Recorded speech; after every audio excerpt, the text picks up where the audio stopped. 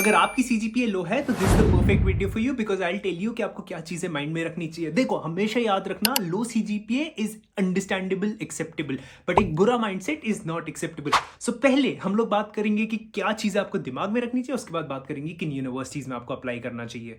लो CGPA के बाद एक बुरे माइंडसेट का सबसे बड़ा एग्जांपल है कि आप किसी क्यूएस रैंकिंग 1000 प्लस यूनिवर्सिटी में चले जाओगे।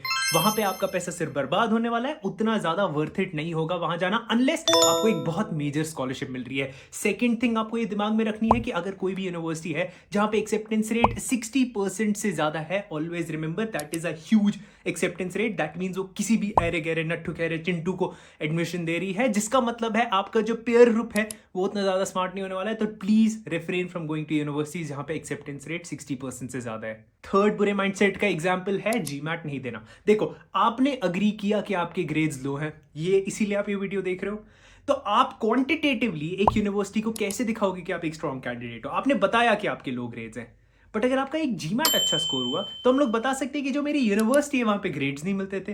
या फिर मैं बता सकता हूं कि यूनिवर्सिटी में मैं उतना फोकस नहीं कर रहा था, बट जब एक कॉम्पिटिटिव स्केल आया जहां पे हम लोग एक लेवल प्लेइंग फील्ड पे थे, वहां में मैंने जीमैट में बहुत अच्छा स्कोर लाया। तो please be comfortable with the fact that you might have to give GMAT and please give GMAT if you have a low score. Fourth, अपने स्टेटमेंट ऑफ पर्पस पे काम करो। स्टेटमेंट ऑफ पर्पस को बहुत ज्यादा amazing बनाओ। Statement of purpose can make और break things.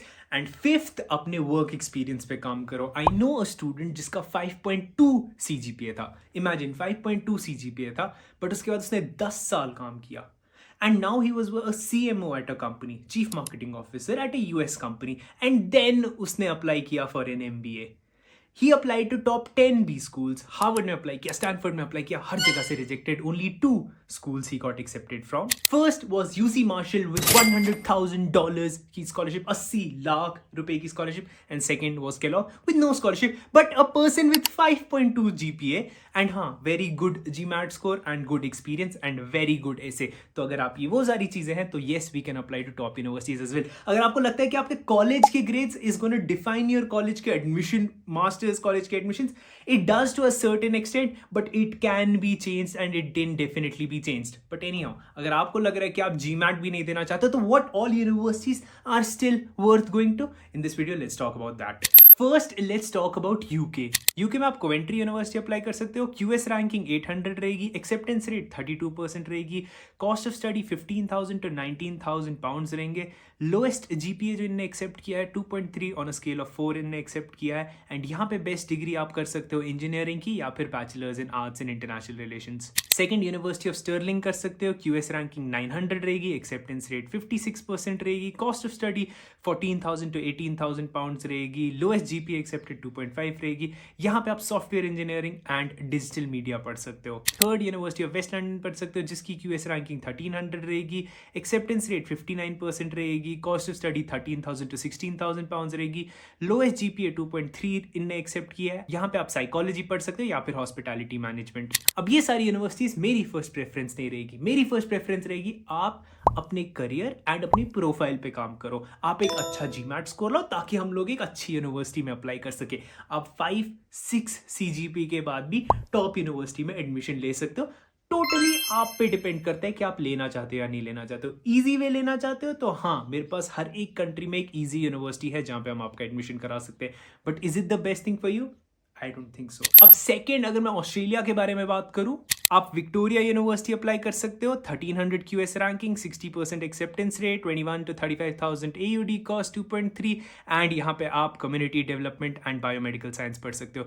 Second, university of Canberra में पढ़ सकते हो, ये उसकी सारी डिटेल्स है। एंड थर्ड, मैक्वेरी यूनिवर्सिटी में पढ़ सकते हो, ये उसकी सारी डिटेल्स है। अब अगर ऑस्ट्रेलिया के बारे में बात करूँ तो Macquarie university is actually a decent university that you can go to. तो हाँ, ये मेरी लिस्ट में एक्चुअली एक अच्छी यूनिवर्सिटी कंसिडर की जा सकती है। बाकी I don't really recommend students to go to. Third, अगर जर्मनी के बारे में बात करूं तो जर्मनी में आप यूनिवर्सिटी ऑफ डुइसेनबर्ग एसेन में अप्लाई कर सकते हो, ये उसकी सारी डिटेल्स है।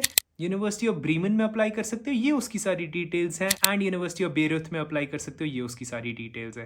बट अगर आप जर्मनी की मोस्टली प्राइवेट यूनिवर्सिटीज में देख रहे हो तो वो उतनी अच्छी कंसिडर नहीं की जाती है। पब्लिक यूनिवर्सिटीज देख रहे हो अगर वहाँ की बुरी पब्लिक यूनिवर्सिटी भी क्यों ना हो, वो एक्चुअली अच्छी कंसिडर की जाती है। तो जो पब्लिक इंस्टीट्यूशंस हैं जर्मनी के, वो यूजुअली काफ़ी ज़्यादा अच्छे कंसिडर किए जाते हैं। तो अगर आप अप्लाई कर रहे हो तो keep first preference as public university, second as private universities.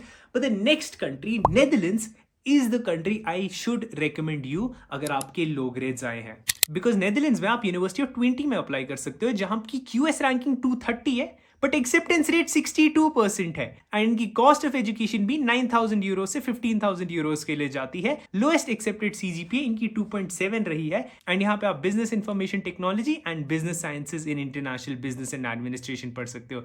Second आप यूनिवर्सिटी ऑफ ग्रोनिगन में पढ़ सकते हो, ये उसकी सारी डिटेल्स है, एंड थर्ड आप टिलबर्ग यूनिवर्सिटी में पढ़ सकते हो, ये उसकी सारी डिटेल्स है। अब अगर आपने ये चार्ट देख लिया तो आपको एक चीज समझ में आएगी कि नेदरलैंड्स में quality of education, QS rankings actually better है, and acceptance rates भी better है. Why?